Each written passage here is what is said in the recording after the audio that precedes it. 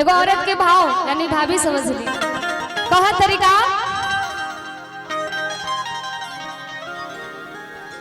हम तर गईनी हो सुनर बार पैनी हो अपना रजऊ के प्यार में संवार गईनी हो।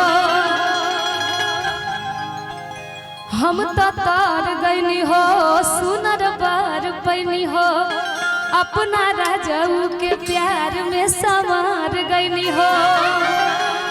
एक खुशी रहे लगवार सखी पियावा दुलारे आय हाय रे सखी पियावा दुलारे आय हाय रे सखी पियावा दुलारे। हम तर गईनी हो सुनर बार पैनी हो अपना राजाऊ के प्यार में संवार गईनी हो।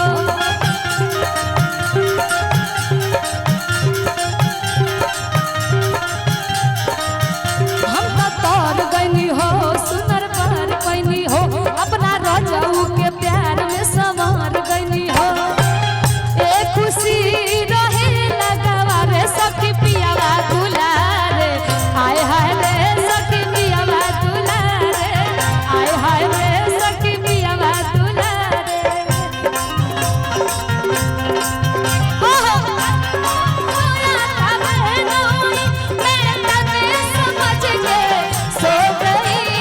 मुझको राणा जी माफ करना हो गलती मारे से हो।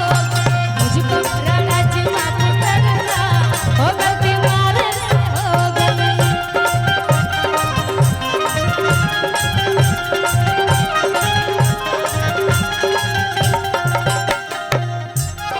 और आगे कहा तरीका। ऐसन पति मिले मुश्किल से दिल माजा सखी हो बड़ा दिल से।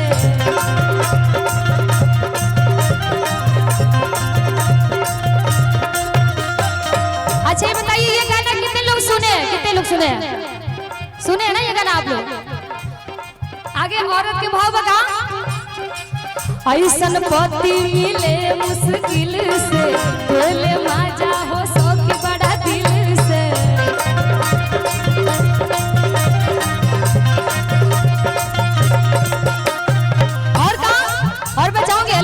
थोड़ा सबका डांस हो जाए, बहुत अच्छा डांस करते हैं आप, हमको पता आइए ना यहाँ पे डांस करिए ना। और कहाँ करिए से जब सिर मन सेवा करावे सखी पियावा दुलारे आय हाय रे सखी पियावा दुलारे आय हाय रे सखी पियावा दुलारे।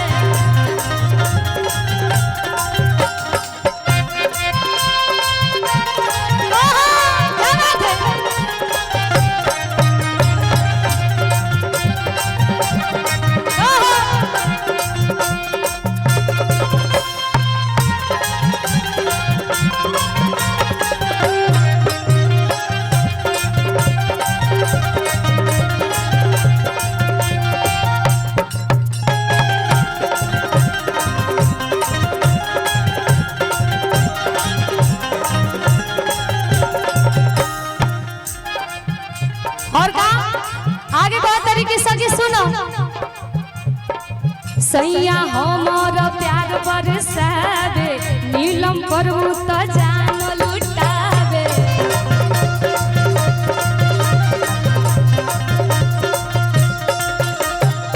सैया हमर प्यार बरसावे नीलम पर त जान लुटावे।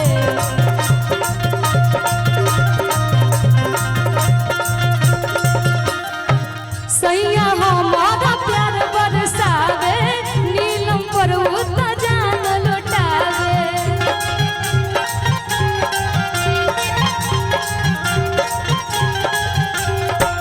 और का जानू कही के हमके पुकारे सखी पियावा दुलारे आय हाय रे सखी पियावा दुलारे आय हाय रे सखी पियावा दुलारे। हम तर गईनी हो सुनर पर पैनी हो अपना राजाऊ के प्यार में संवर गईनी हो।